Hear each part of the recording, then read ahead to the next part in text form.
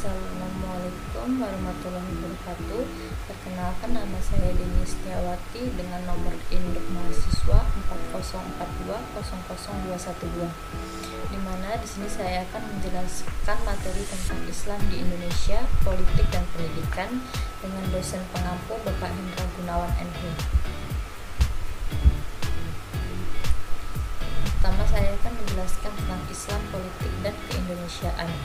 Dari segi kebahasaan, Islam berasal dari bahasa Arab, yaitu dari kata salima yang mengandung arti selamat, damai, dan sentosa. Dari kata salima kemudian diubah menjadi bentuk aslama yang berarti berserah diri masuk dalam kedamaian, yang juga memiliki arti menyerahkan diri, tunduk, patuh, dan taat.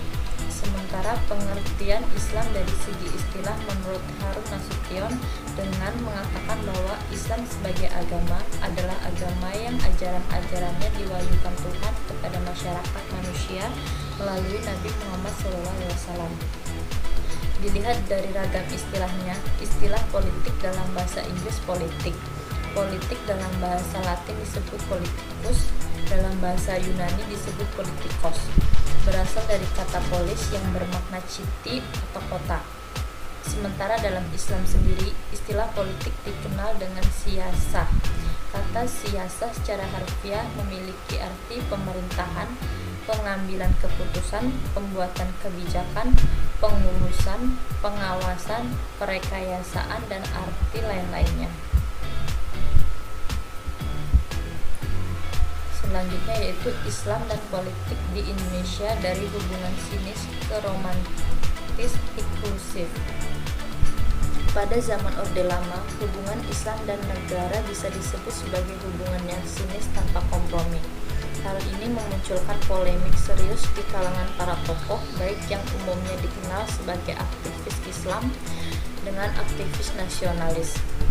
Seperti yang dikatakan Bakhtiar Effendi bahwa hubungan politik antara Islam dan negara di Indonesia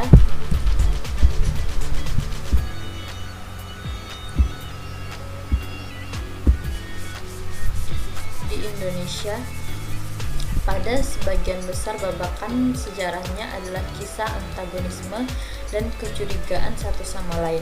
Dalam konteks ini, Natsir menuliskan sebagaimana dikutip Bakhtiar Effendi, pergerakan Islamlah, yakni S1, yang lebih dulu membuka jalan medan politik kemerdekaan di tanah ini, yang mula-mula menanamkan bibit persatuan Indonesia yang menyingkirkan sifat kepulauan dan keprovinsian, yang mula-mula menanamkan persaudaraan dengan kaum yang sama senasib di luar batas Indonesia dengan tali keislaman. Berbeda dengan zaman Orde Baru, generasi yang muncul di era ini agak bersifat lentur, romantis, inklusif, dan mau berkompromi dengan kekuasaan. Hubungan yang radikal antara Islam dan negara di zaman Orde Lama mulai diubah dengan gagasan yang substantif.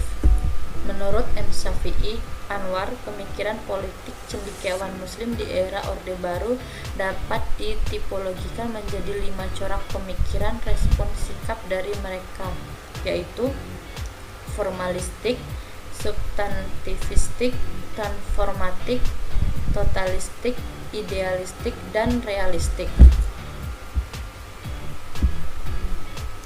Selanjutnya yaitu dampak kebijakan politik di Indonesia bagi eksistensi pendidikan Islam. Hadirnya pendidikan Islam di Indonesia bersamaan dengan kehadiran Islam di Indonesia. Islam yang kental dengan ajaran edukasi melalui budaya membaca dan tulis. Sejak awal diwujudkan lewat pengajian, halaqah, dan lain-lainnya, menjadikan aktivitas pendidikan berlangsung di masjid, di rumah-rumah, surau, pesantren, dan lain-lain, di mana perkembangan cukup drastis terjadi pada masa Orde Lama dan terus mendapat momentum positifnya pada masa Orde Baru.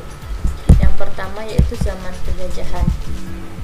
Kebijakan pemerintah Hindia Belanda dalam hubungannya dengan pendidikan agama adalah bersifat netral, dinyatakan dalam pasal 179 ayat 2 IS Indische Staatsregelung bahwa pengajaran itu diberikan dengan menghormati keyakinan agama masing-masing. Pengajaran agama hanya boleh berlaku di luar jam sekolah. Yang kedua yaitu Orde Lama.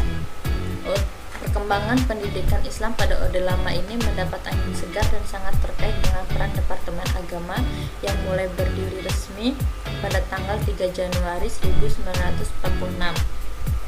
Tugas dari bagian tersebut sesuai dengan salah satu nota Islamic Education in Indonesia yang disusun oleh Bagian Pendidikan Departemen Agama pada tanggal 1 September 1956, yaitu yang pertama memberikan pengajaran agama di sekolah negeri dan partikuler. Yang kedua yaitu memberikan pengetahuan umum di madrasah, dan yang ketiga yaitu mengadakan pendidikan guru agama serta pendidikan hakim Islam negeri.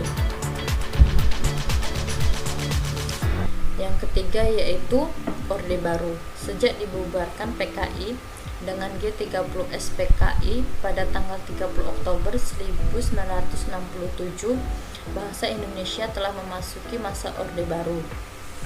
Perkembangan pendidikan Islam selanjutnya pada masa Orde Baru dimulai dari kebijakan pada pasal 4 TAP MPRS nomor 27 MPRS 1966 yang memuat kebijakan tentang isi pendidikan.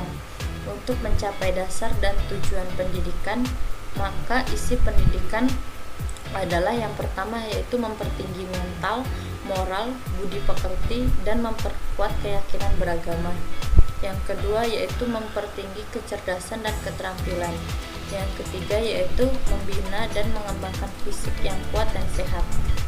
Secara langsung maupun tidak langsung, bahwa kebijakan pemerintah Orde Baru yang menguntungkan umat Islam, khususnya pengakuan dan peningkatan kualitas pendidikan Islam, merupakan implikasi dari hubungan politik umat Islam dan negara. Kekuasaan yang bersifat produktif, romantis, dan berkompromi. Mungkin hanya itu yang bisa saya sampaikan tentang materi tersebut. Kurang lebihnya saya mohon maaf. Saya akhiri. Wabillahi taufiq wal hidayah. Wassalamualaikum warahmatullahi wabarakatuh. Terima kasih.